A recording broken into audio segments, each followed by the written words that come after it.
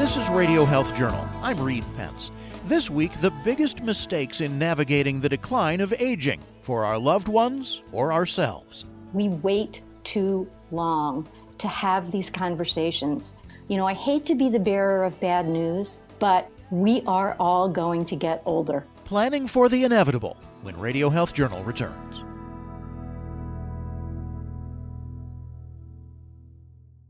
Two new studies show that uninsured heart attack, stroke, or heart bypass patients are likely to suffer a personal financial catastrophe. The studies, which were presented at the American Heart Association's scientific sessions, found that 15% of heart attack and stroke patients and 9% of heart bypass patients were uninsured before passage of the Affordable Care Act, and more than 3/4 of each group experienced catastrophic hospitalization costs.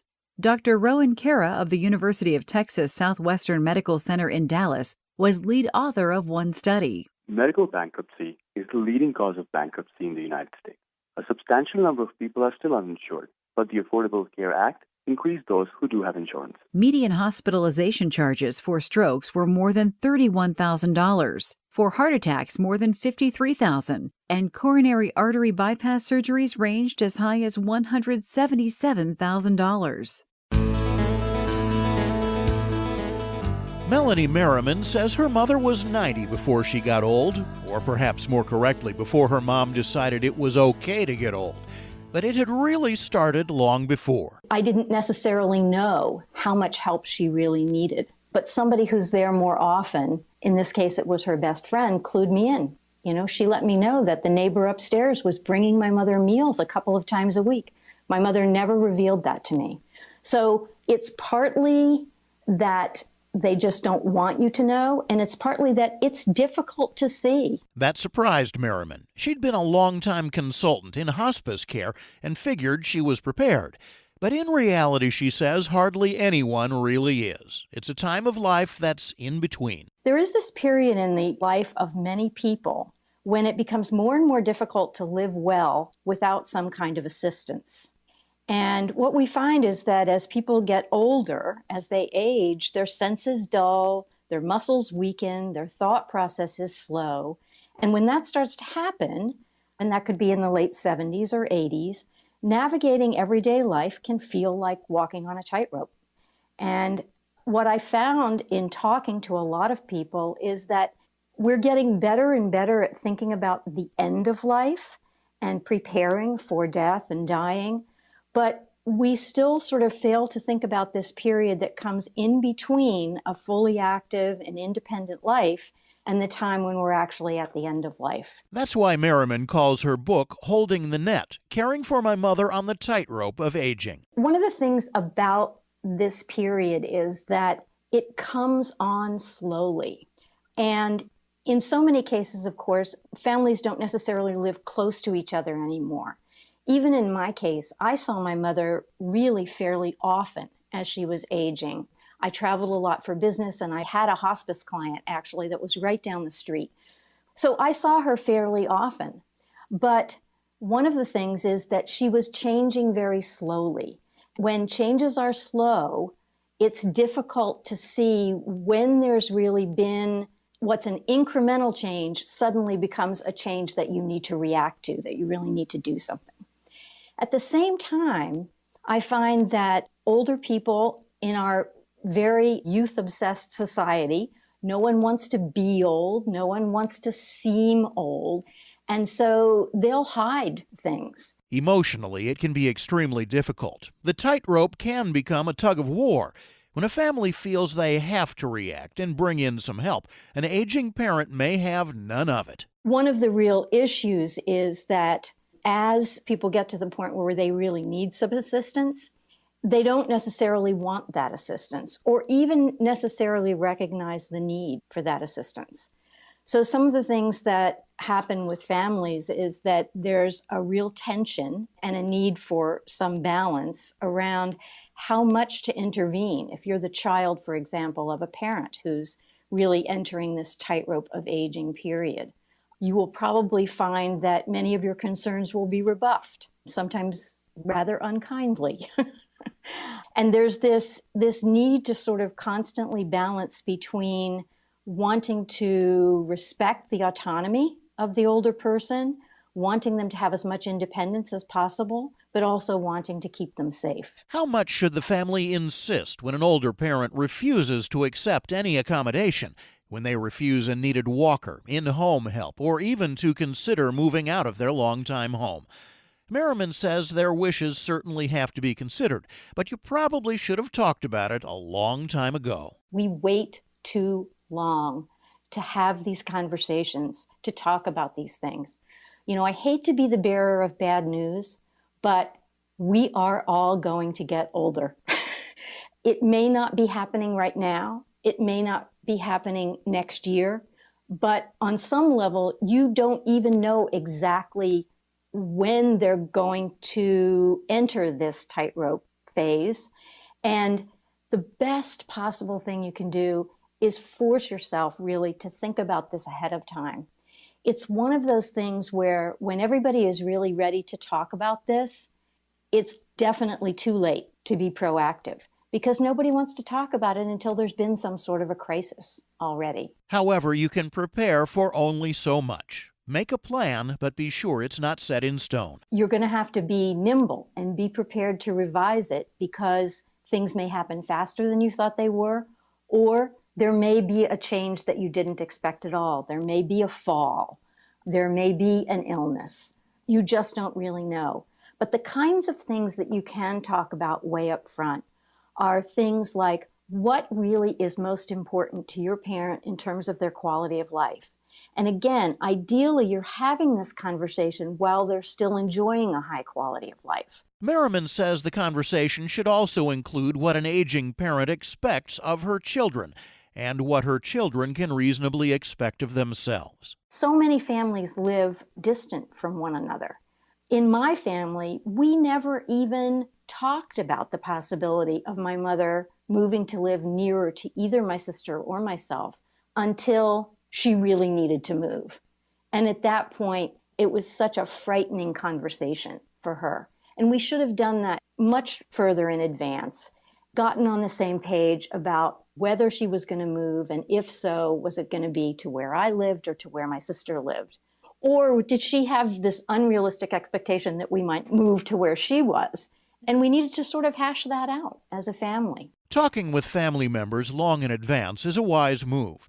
But it may be even more important to think about and plan for what you want for yourself if you don't have family members to depend on. Fewer Americans have family ties today, so they may have to face aging alone. They definitely could be doing it alone if they don't make a plan to have relationships in their lives. So it's a real possibility for all of us. Even if we're coupled up now, there's a good chance that we won't have our partners later on.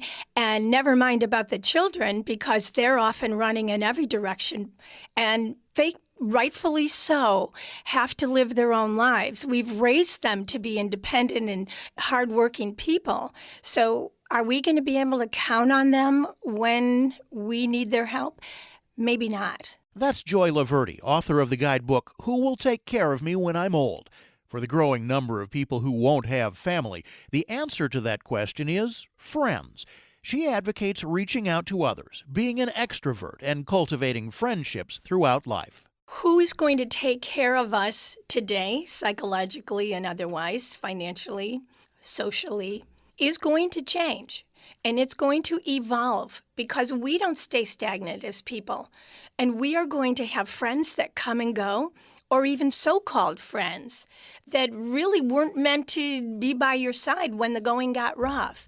So all of these are the issues of revolving relationships and letting that somehow be comfortable with it. But what if you're not an extrovert? What if you're more comfortable with a good book than a night out?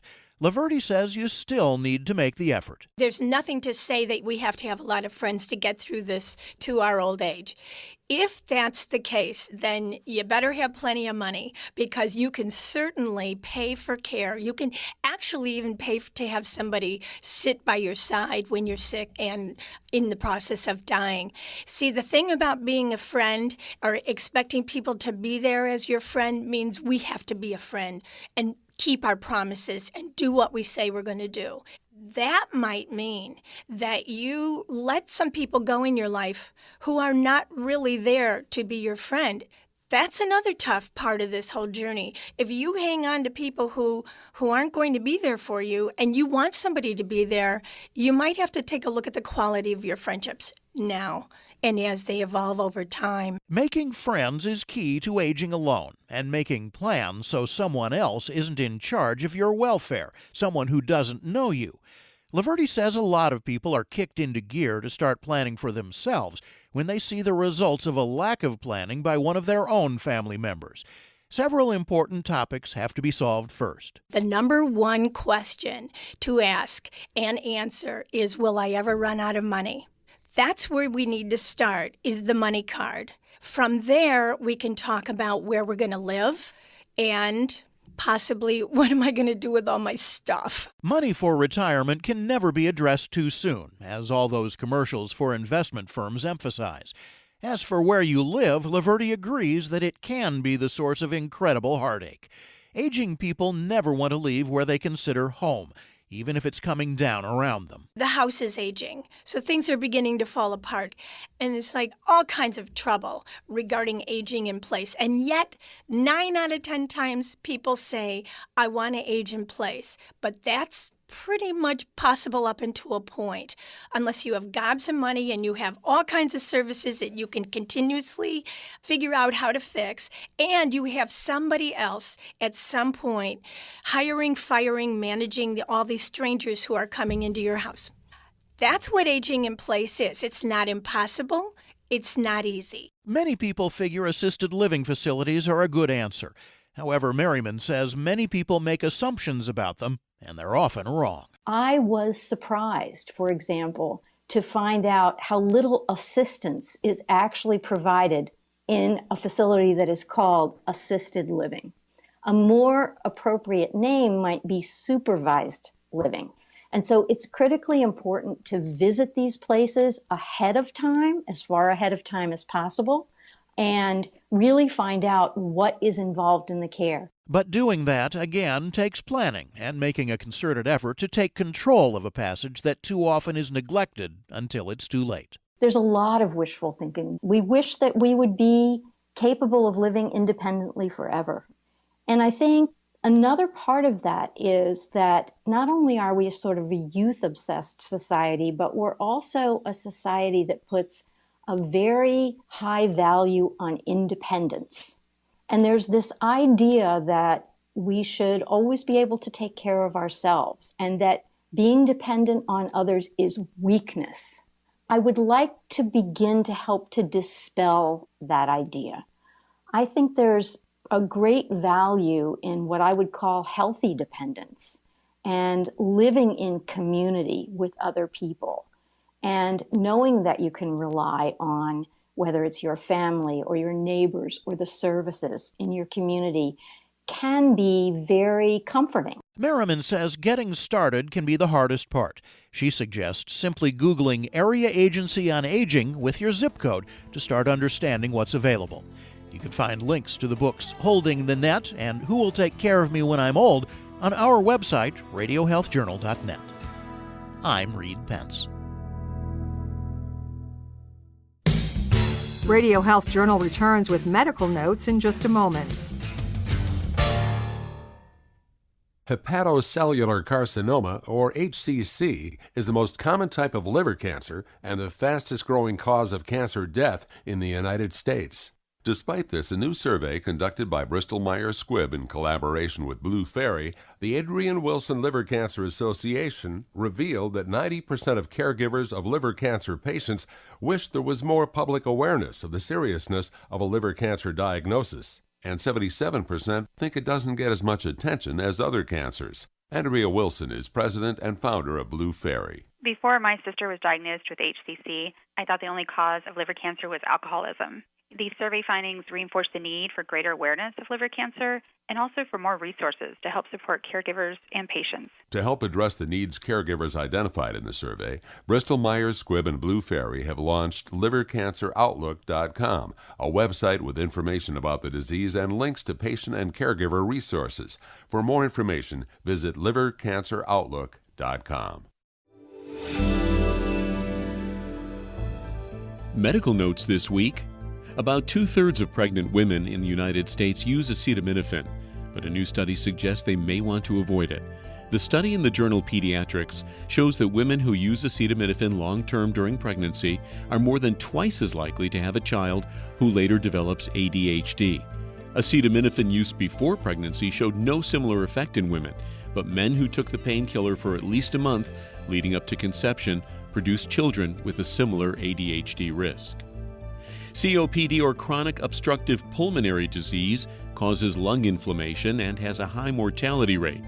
Steroids, which are often used to combat inflammation, don't work in COPD patients, leaving doctors with no effective treatment to stop its progress. But a study in the journal BMJ finds that a naturally derived compound from grapes can treat the inflammation of COPD. Researchers say it's very effective taken as a pill. Women who enter college majoring in scientific fields drop that major much more often than men, and experts have puzzled over how to keep them interested in science. Now, a study in the journal PLOS-1 suggests that women are falling victim to test anxiety. The study shows that when an entire semester's grades are based on just one or two high-stakes exams, women often choke on test anxiety. When grades are based on more frequent quizzes that each count for less, they often outperform men. And finally, if you want to smell the roses, try it toward the end of the day. A study in the journal Chemical Senses finds that the sensitivity of our sense of smell varies significantly throughout the day and is closely tied to circadian rhythms. Smell sensitivity is weakest in the early morning and strongest at about 9 o'clock at night. And that's Medical Notes this week. Thank you for listening to Radio Health Journal, a production of MediaTrax Communications. If you enjoyed this week's show, please leave a review on iTunes or share it with a friend.